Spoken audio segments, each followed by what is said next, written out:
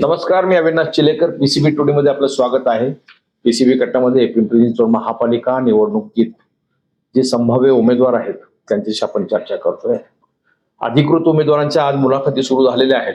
सर्वच पक्षाच्या, भाजप काय राष्ट्रवादी काय सर्वांच्या.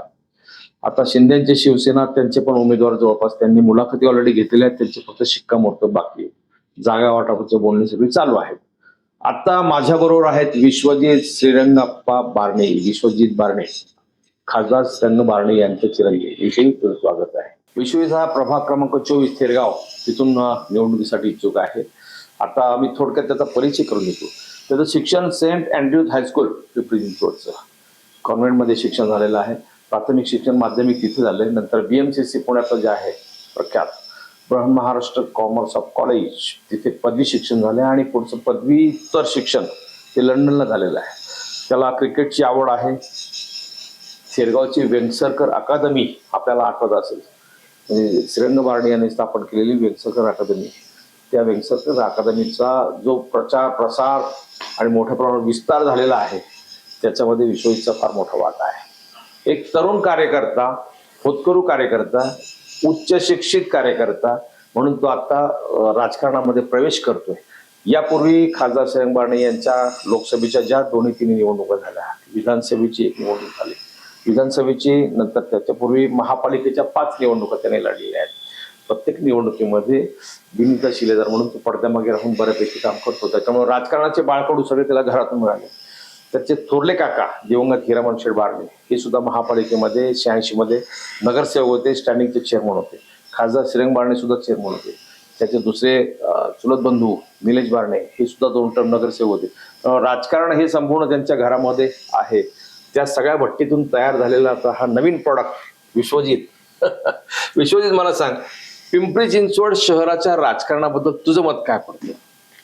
सर्वप्रथम काका, पीसीबी टुडे मध्ये मला आमंत्रित केलं त्याकरता पीसीबी टुडेचा मी मनपूर्वक आभार व्यक्त करतो. धन्यवाद. लाईफ मधला हा पहिलाच असा इंटरव्ह्यू मी राजकारणाच्या माध्यमातून आज देतोय.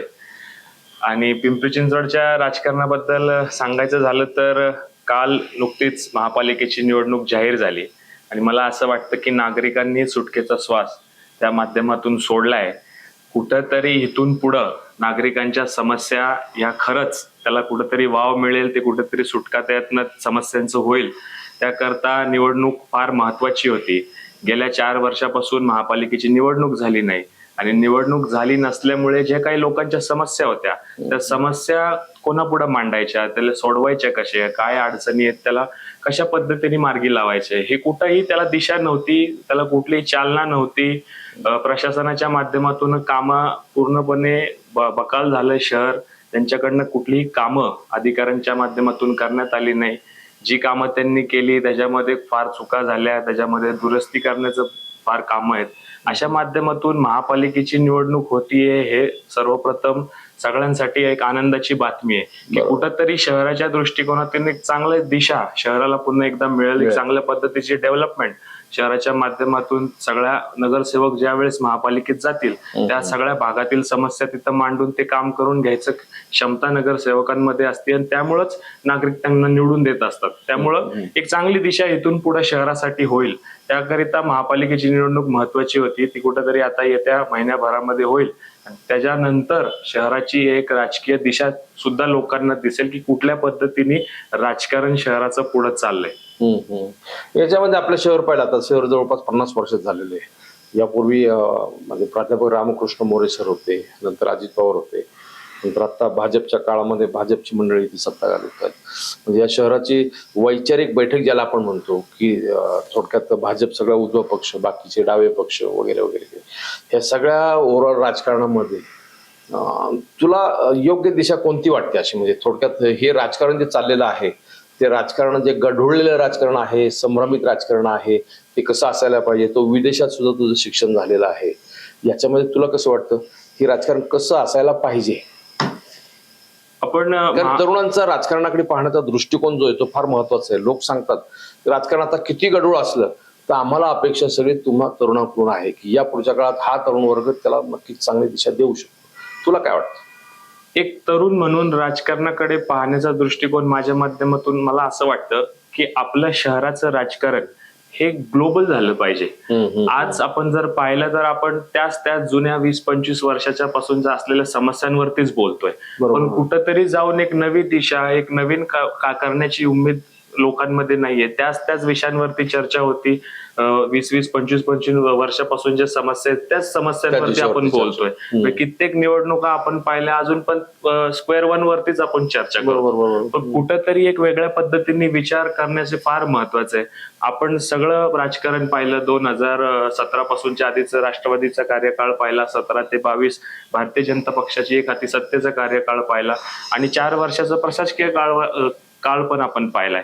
पण ह्याच्यामध्ये अजून मला असं वाटतं की आपण तिथंच अडकलेलो आहे. कुठंतरी एक वेगळ्या पद्धतीने विचार राजकारणाच्या माध्यमातून किंवा समाजकारणाच्या माध्यमातून पुढे आणणं फार महत्वाचं आहे. एक युवक म्हणून आज मी जरी पूर्ण देश विदेश फिरलो असेल, ज्या पद्धतीचं डेव्हलपमेंट इतर देशामध्ये आहे, ज्या पद्धतीने एक डायरेक्शन त्या राजकारणाला किंवा समाजकारणाला काम करण्यासाठी आहे, तसं कुठंतरी मला आपल्या इथं अजून दिसत नाही. आपल्याकडं आरोप प्रत्यारोप ह्याच्यामध्ये जास्त वेळ, राजकारणामध्ये जास्त वेळ राजकीय लोक गुंतलेली असं मला वाटतं. पण सगळ्यांनी एकदा इलेक्शन झाल्यानंतर डेव्हलपमेंटसाठी एकत्रित आलं पाहिजे. सगळ्यांनी एकत्रित बैठक त्याच्यावरती केली पाहिजे, जरी तो विरोधातला असला किंवा सत्तेतला असला. पण एकत्रित बसून शहराच्या डेव्हलपमेंट करता विचार करणं फार महत्वाचं आहे की आपल्याला हे शहर कसं डेव्हलप करता येईल, हे राज्य कसं डेव्हलप करता येईल आणि देशामध्ये आपल्या शहराचं नाव कशा पद्धतीने पुढे आणता येईल याकरता विचार केला पाहिजे, असं मला वैयक्तिकरित्या वाटतं. फार अत्यंत मुद्द्याचं बोललास तू. शहर ग्लोबल झालं पाहिजे. आपलं शहर वासिक पुणे मुंबई वगैरे सगळं पाहिलं आणि तू देश विदेशात फिरलात. आपल्या शहरातले अनेक मान्यवर नेते, खासदार, आमदार, नगरसेवक सगळे देश विदेशात फिरतात, पण त्यांना तिकडं पाहिलेलं ते आपल्या शहरात यायला पाहिजे. ते अजून काही ते प्रत्यक्षात येत नाही. म्हणून म्हटलं की तुला नेमकं काय वाटतं, खास त्यासाठी बोललो. मला एक सांग, शहराच्या राजकारणाविषयी आपण बोललो, आपल्या शहराच्या डेव्हलपमेंट बद्दल तुझं मत काय पडतं? आता घरामध्येच आप्पा असल्या कारणाने आप्पांशी माझी नेहमी चर्चा होत असते. काही विषयांवरती मी देखील माझं मत मांडत असतो की कशा पद्धतीने आपल्याला शहराकरता आपण डेव्हलपमेंट केल्या पाहिजेत.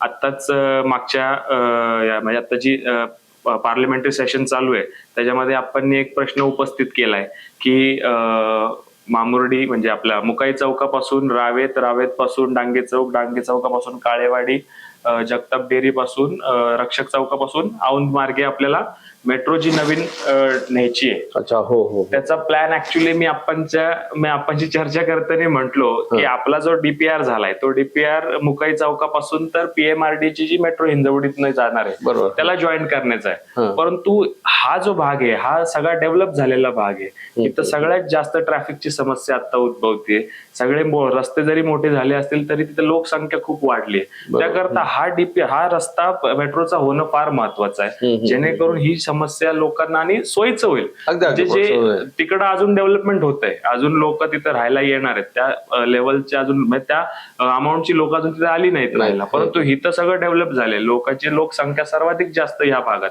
तर इथून जर आपण आणि नेऊ शकतो, जागा आहे, बीआरटी रस्ता आहे, त्याच्यामध्ये डिवायडर्स आहेत मोठे, त्यामुळे त्याचं इम्प्लिमेंटेशन करणं शक्य आहे. त्यामुळे हा डीपीआर पहिला तुम्ही केला तर शहराच्या दृष्टिकोनातून महत्वाचं आहे.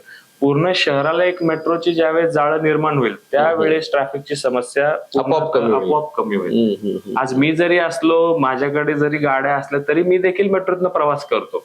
पुण्याच्या एकदम आतल्या भागात आपल्याला मार्केट यार्डला जायचं असेल किंवा मंडईत जायचं असेल तर मी मेट्रोच प्रिफर करतो. क्या बात आहे. त्यामुळे आपण त्या दृष्टीने जर विचार केला तर शहराच्या डेव्हलपमेंटच्या माध्यमातून एक वेगळ्या पद्धतीचा विचार करणं महत्वाचं आहे असं मला वाटतं. म्हणजे थोडक्यामध्ये पिंपरी चिंचवड शहरामध्ये मेट्रोचं नेटवर्क डेव्हलप करणं हा एक तुझ्या डोक्यातला प्राईम प्रोजेक्ट आहे तो, आणि त्यांनीच आपलं ट्रॅफिक समस्या सुटेल.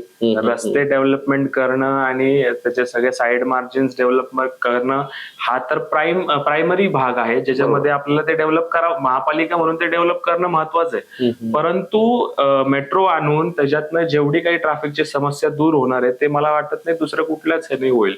Metro is the only thing I think that will help in reducing the traffic. एकदम बरोबर आहे. कारण आता पाहिलं तर दुचाकीची संख्या, चारचाकीची संख्या, ही वाहनाची संख्या इतकी प्रचंड वाढली. देशामध्ये आपल्या शहरामध्ये इतके प्रशस्त रस्ते, मोठे रस्ते जागी, तरी सुद्धा ट्रॅफिक जाम होते कारण वाहनांची संख्या प्रचंड वाढलेली आहे. तर ही मेट्रो असती तर लोक वाहनं घरी ठेवून मेट्रोने प्रवास करतील. 100%. आज आपण जर पाहिलं तर मेट्रोचे जे तिकीट आहे ते देखील एकदम कमी प्रमाणावरती रिझनेबल असल्यामुळे लोकांना ते सोयीचं आहे.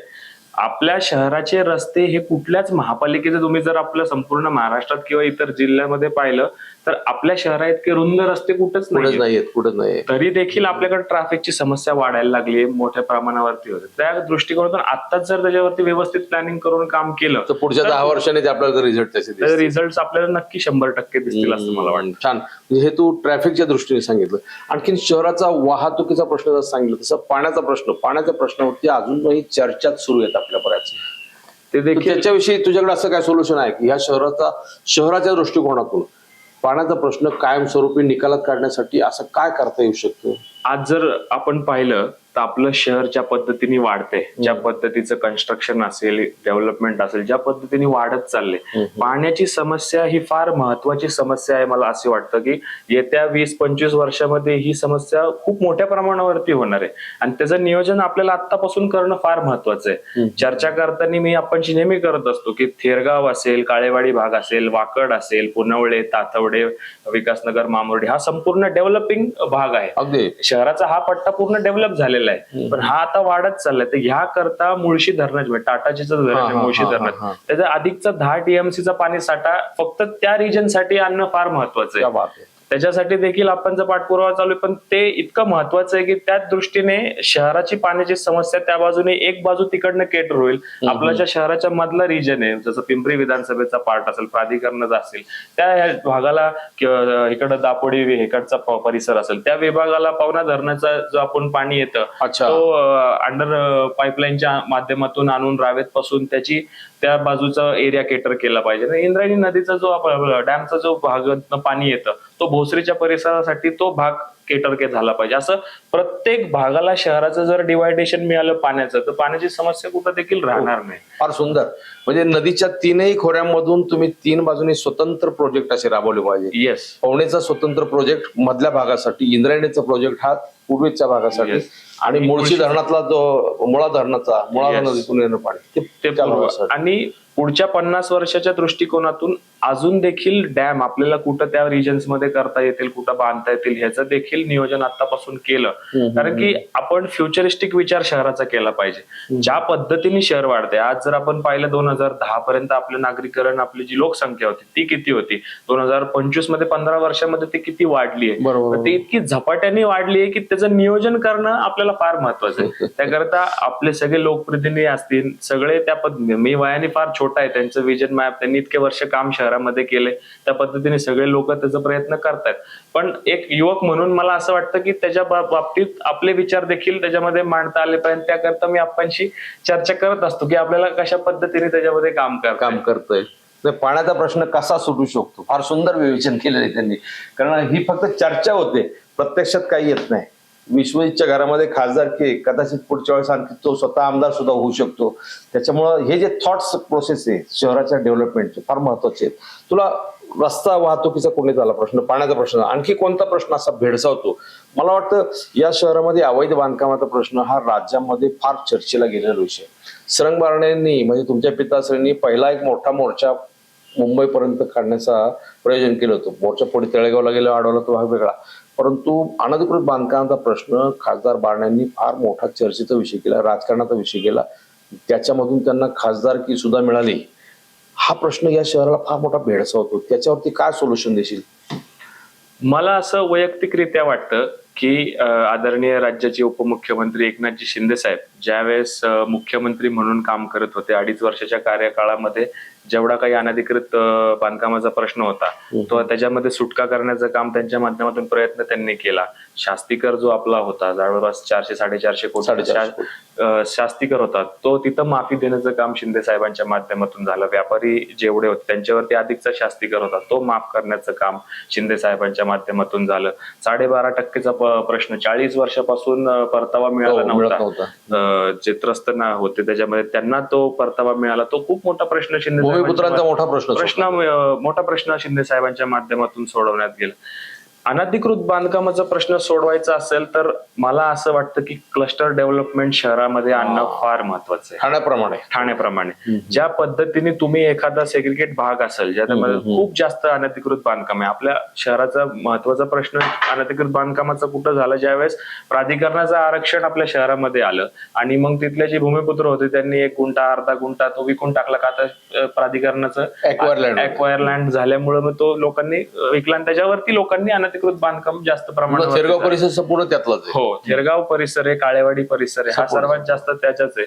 तर ह्या भागामध्ये शासनाला बरोबर घेऊन क्लस्टर डेव्हलपमेंट संपूर्ण भागाचं ज्या वेळेस आणता येईल त्यावेळेसच अनधिकृत बांधकामाचा प्रश्न पूर्णतः मार्गी लागल. सिटीसाठी cluster development is the only source. तेच सोल्युशन आहे. तेच सोल्युशन. तुम्ही प्रत्येक नागरिकाला जाऊन सांगू नाही शकत की बाबा तू बांधकाम कर नको करू किंवा त्याच्यावरती असं आहे. ज्याचा त्याचा प्रत्येक जण वैयक्तिक प्रश्न असतो ना, आपण कोणाला फोर्स नाही करू शकत. परंतु ऍज या शहराचा नागरिक म्हणून मलाही असं वाटतं की नागरिकांनी पण आता पुढे आलं पाहिजे आणि त्याच्या एक चांगल्या पद्धतीने विचार केला पाहिजे की आपल्याला शहर बकाल नाही करायचं, परंतु चांगल्या पद्धतीने शहराला डेव्हलप कसं करता आणि त्याच्यामध्ये त्यांचीही गरज लागणार आहे, स्थानिक सगळ्या आपले लोकप्रतिनिधी त्यांचीही गरज लागणार आहे, शासनाची गरज लागणार. त्यावेळेस ते क्लस्टर डेव्हलपमेंट पूर्णपणे होईल आणि एक चांगल्या पद्धतीने शहर डेव्हलप जसं ठाण्यामध्ये झालं आपण करू शकतो. असं मला वाटत नाही त्याच्यात काय अडचण होईल. ज्या वेळेस ते प्रॉपर प्लॅनिंग टाउन प्लॅनिंग होईल त्यावेळेस व्यवस्थितरित्या अनधिकृत बांधकामाचा प्रश्न पूर्णतः मार्गी लागला. खरंय, फार महत्वाचं आहे. कारण SRA स्लम रिहॅबिलिटेशन अथॉरिटी त्याच्यामध्ये 4 FSI झोपडपट्ट्यांचं पुनर्वसन होतं. शहरामध्ये आज जवळपास 92 प्रोजेक्ट, मग त्यातले 8-10 प्रोजेक्ट प्रत्यक्षात सुरू आहेत, काही पाईपलाईन मध्ये 92 प्रोजेक्ट प्रस्तावित आहेत.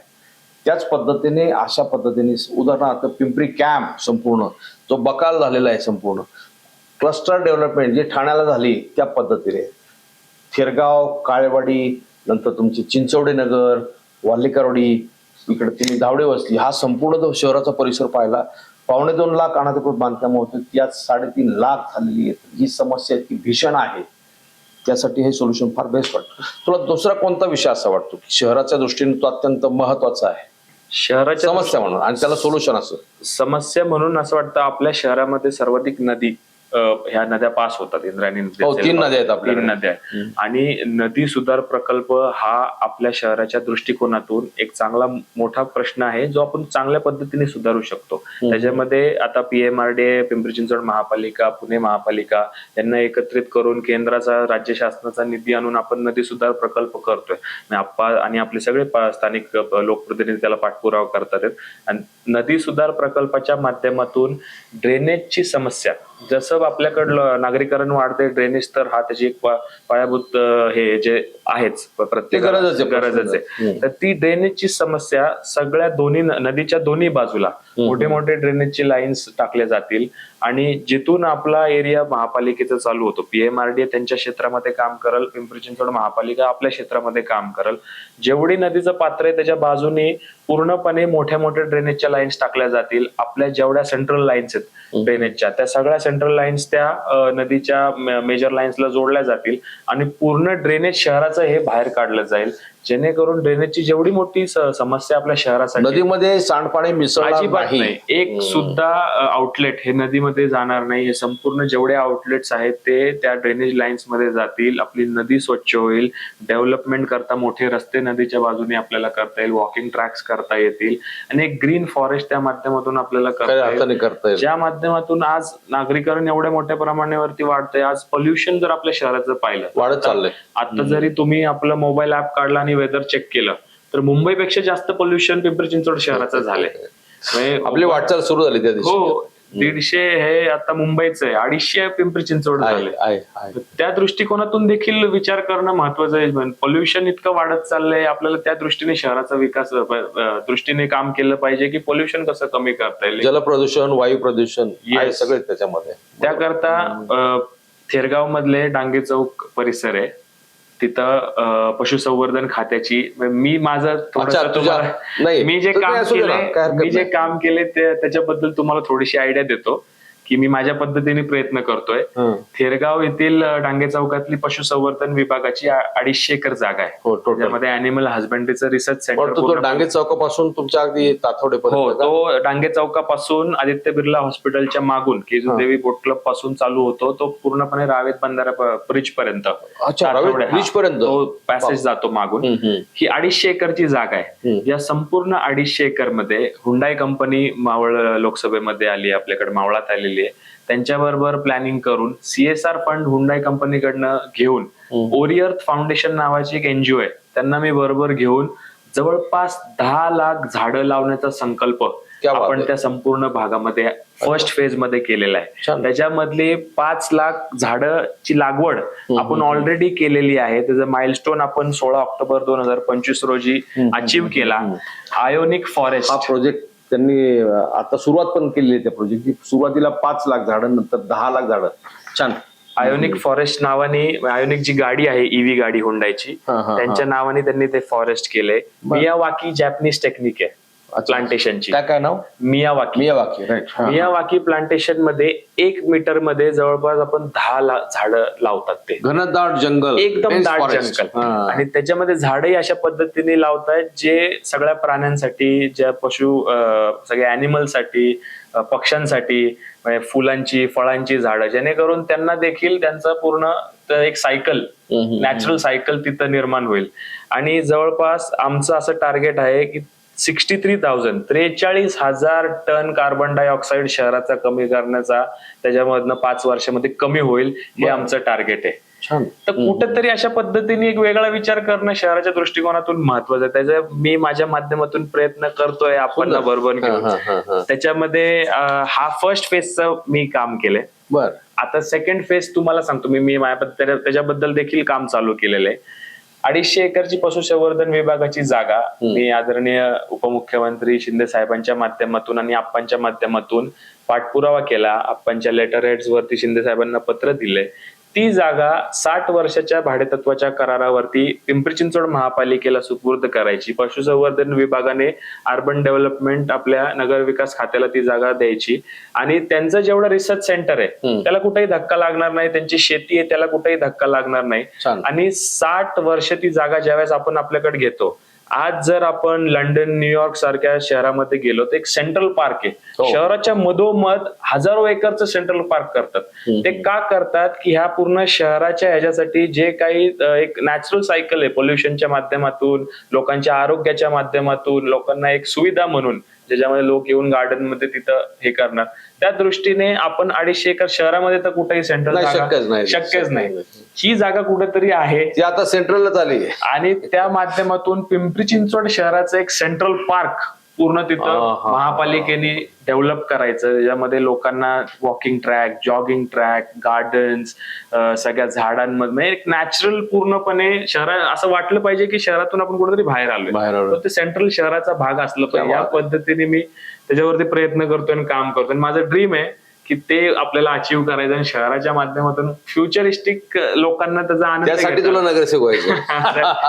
त्याला ग्लोबल थॉट म्हणतात. अशा प्रकारे प्रत्येक नगरसेवक जो ग्लोबल थिंकिंग, त्याला आपण म्हणतो ना ग्लोबल थिंकिंग करायचं, ऍक्ट लोकली, तुम्ही विचार करायचा जागतिक पातळीवरचा, आणि त्याची अंमलबजावणी तुमच्या शहरामध्ये झाली पाहिजे. त्या पद्धतीने विश्वजित तू हा प्रोजेक्ट छान.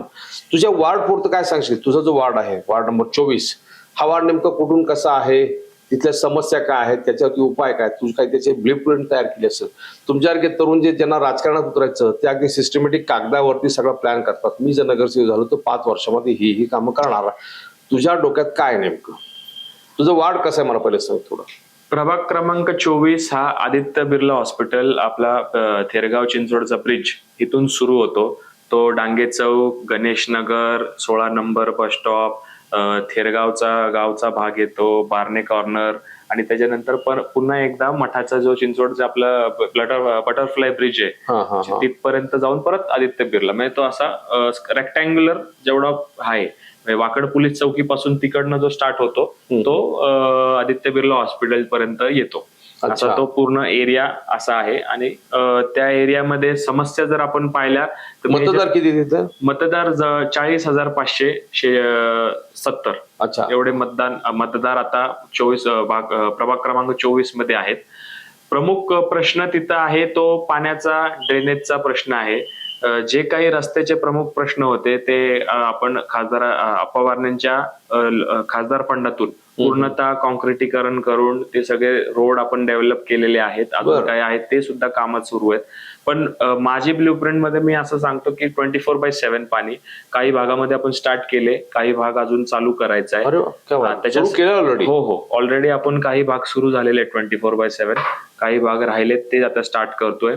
एक स्वातंत्र्यित पाण्याची टाकी प्रभाग क्रमांक 24 साठी आपण इम्प्लिमेंट करतोय, त्याच्यामध्ये महापालिकेच्या वतीने. आता पाणी आहे ते तुम्हाला गुजरनगरच्या त्या टाकीवर मिळतं? आता 2 टाक्या आहेत, गणेशनगरच्या, गुजरनगरच्या तिथं, आणि थेरगाव साठी, गावठाणासाठी 2 टाक्या वेरॉक वेंगसरकर क्रिकेट अकॅडमीसाठी आहेत. अंडरग्राऊंड टाक्या सुद्धा आहेत. पण नागरीकरण एवढ्या मोठ्या प्रमाणावरती वाढते की ती पाणी कमी पडतं, अपुरं पडतं. त्याकरता एक टाकी अजून महत्वाची आहे, जे तो सगळा गणेशनगरचा एरिया आहे तो पूर्णपणे त्याच्यामध्ये कव्हर होऊन जाईल. ड्रेनेजची समस्या महत्वाची. आता ड्रेनेजच्या ज्या पाईपलाईन्स होत्या त्या जुन्या आप्पांच्या ज्यावेळेस नगरसेवक होते त्या कार्यकाळात झालेल्या आहेत. मोठ्या इंटरनल पाईपलाईन्स ते नवीन आहेत, परंतु जे मेजर पाईपलाईन्स, मेन पाईपलाईन आहेत त्या पाईपलाईन सगळ्यात जुन्या आहेत आणि त्याला आता ते खराब झाल्यात, त्याला घुस लागल्यामुळे ते पूर्णतः डॅमेज झाल्यात. त्या सगळ्या पाईपलाईन्स नवीन करणं फार महत्वाचं आहे. लाईटची समस्या आहे. लाईटच्या समस्येसाठी डीपीडीसीतून आपण निधीची मागणी केली आहे MSCB ला, आणि स्वतंत्र सबस्टेशन आपल्या भागासाठी आपण आणतोय, जेणेकरून ही लाईटीची समस्या पूर्णतः संपुष्टात येईल. तिथं लाईटीची समस्या देखील राहणार नाही. अशा ह्या ज्या प्रायमरी महापालिकेच्या वतीने जी महत्वाची समस्या आहेत, ह्या समस्या आहेत. जेवढे आरक्षण आहेत ती आरक्षण जवळपास आरक्षण किती साधारण? आता आपल्या भागामध्ये जवळपास आरक्षणं होती, ती आरक्षणं आता डेव्हलप झालेली आहेत. आपण एकही आरक्षण ठेवलेलं नाहीये. थेरगावचं केजुदेवीचं बोट क्लब असेल, लक्ष्मी बारणे उद्यान असेल, मुरू बारणे उद्यान असेल, आमच्या गावातील 200 बेडेडचं हॉस्पिटल असेल, परत छत्रपती शिवाजी महाराजांचा डांगे चौकातील पुतळा असेल, असे सगळे आरक्षण जेवढे डेव्हलप केले ते ऑलरेडी डेव्हलप झाले. पण नवीन आता बांधकामं सुरू आहेत. अम्युनिटी स्पेसच्या माध्यमातून नवीन महापालिका जागा अक्वायर करते, त्याच्यामध्ये आरक्षण टाकते, आणि त्या माध्यमातून अजून आपल्याला जागा उपलब्ध होतील, आणि त्याच्यामध्ये आपण ह्या पाण्याच्या टाक्या किंवा इतर जे काही आपल्याला करता येईल डेव्हलपमेंटच्या माध्यमातून. आता 200 बेडेडचं हॉस्पिटल अतिशय सुंदरपणे थेरगावात आहे. त्याला लागून जागा आहे. त्या जागेमध्ये कॅन्सर स्पेशलिस्ट झोन तिथं महापालिका करते, तर मग ते देखील काम सुरू आहे. अशा अकॅडमी झाली, ती जागा महापालिकेची होती, त्या जागा अक्वायर करून तिथं देखील. अकॅडमीला किती जागा आहे ती? अकॅडमीला जवळपास 8 एकर जागा असेल. 8 एकर मोठी जागा आहे, पूर्ण ग्राउंड आहे. स्टेडियम वगैरे बांधणार का? स्टेडियम आपण क्लब बांधायचा प्रयत्न करतोय, जसं PYC आणि जिम आपला पुण्यात. त्या पद्धतीने आता आपण अकॅडमीच्या माध्यमातून पूर्ण पवेलियन आपण रेडी केले, रूम्स केल्यात. आणि जे काही बाहेरनं खेळाडू येतील इतर राज्यातून, देशातून, त्यांना राहायची सोय, रेस्टॉरंट त्या अकॅडमी मध्ये आपण केलेले, म्हणजे त्यांना कुठेही जायची गरज नाही. इंडोर आउटडोर पूर्ण अकॅडमी आपले व्यवस्थित.